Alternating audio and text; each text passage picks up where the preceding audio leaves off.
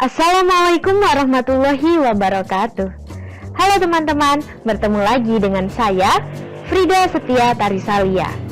Nah, pernahkah kalian memikirkan bagaimana bumi berevolusi terhadap matahari? Atau bulan berevolusi mengelilingi bumi? Atau, apakah kalian pernah mengamati gerak jarum dari jam dinding di rumah kalian?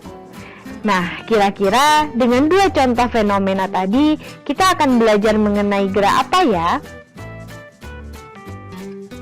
Gerak melingkar, Bu. Nah ya, tepat sekali, kita akan belajar mengenai gerak melingkar. Nah, coba kalian amati video berikut ini. Dari video tersebut, kira-kira apa itu gerak melingkar? Nah, gerak melingkar adalah gerakan benda dengan lintasan berbentuk lingkaran. Beberapa contoh dari gerak melingkar telah kalian saksikan di awal video tadi, yakni revolusi bumi terhadap matahari, revolusi bulan terhadap bumi, dan juga jarum jam dinding. Kemudian, kalian jangan heran walaupun sebuah benda bergerak dengan kecepatan konstan dalam gerak melingkar, benda tersebut tetap mengalami percepatan. Bagaimana hal tersebut dapat terjadi ya? Nah, ada dua cara mengapa percepatan dapat terjadi. Yang pertama, yakni karena perubahan nilai kecepatan atau besar kecepatan. Dan yang kedua adalah berubahnya arah kecepatan. Nah, penyebab kedua inilah yang menjadi dasar dari gerak melingkar memiliki percepatan. Nah, sekarang coba kalian amati vektor kecepatan benda yang bergerak melingkar.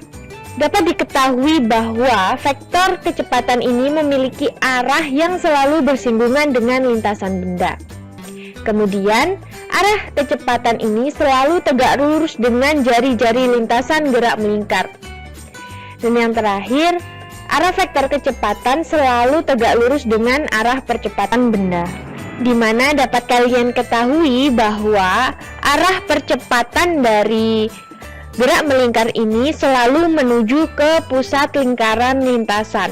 Dan ini disebut dengan percepatan sentripetal. Nah, percepatan sentripetal ini dirumuskan dengan A sama dengan V kuadrat per R, di mana A adalah percepatan dengan satuan meter per sekon kuadrat, V adalah kecepatan dengan satuan meter per sekon, dan R adalah jari-jari lintasan dengan satuan meter. Setelah mengetahui mengenai percepatan sentripetal, kamu mungkin bertanya, kira-kira berapa waktu yang dibutuhkan benda untuk satu kali putaran saat benda tersebut bergerak melingkar?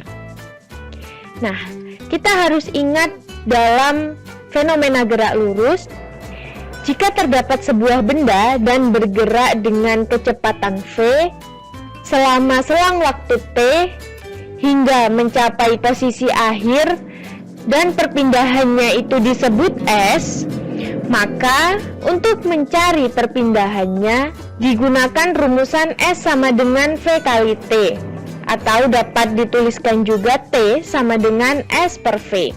Dengan S itu adalah perpindahan dengan satuan meter, V adalah kecepatan dengan satuan meter per sekon, dan T adalah waktu bergerak dengan satuan sekon.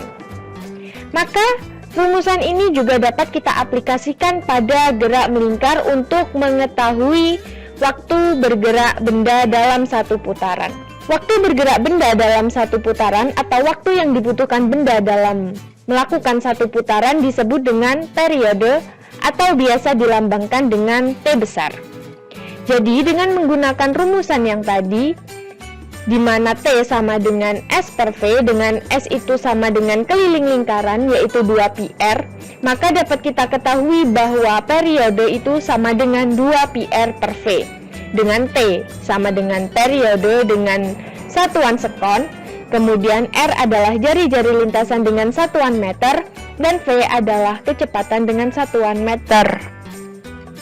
Oke, cukup sekian video animasi kali ini. Kurang lebihnya saya mohon maaf. Akhirul kalam. Wassalamualaikum warahmatullahi wabarakatuh. See you on next video.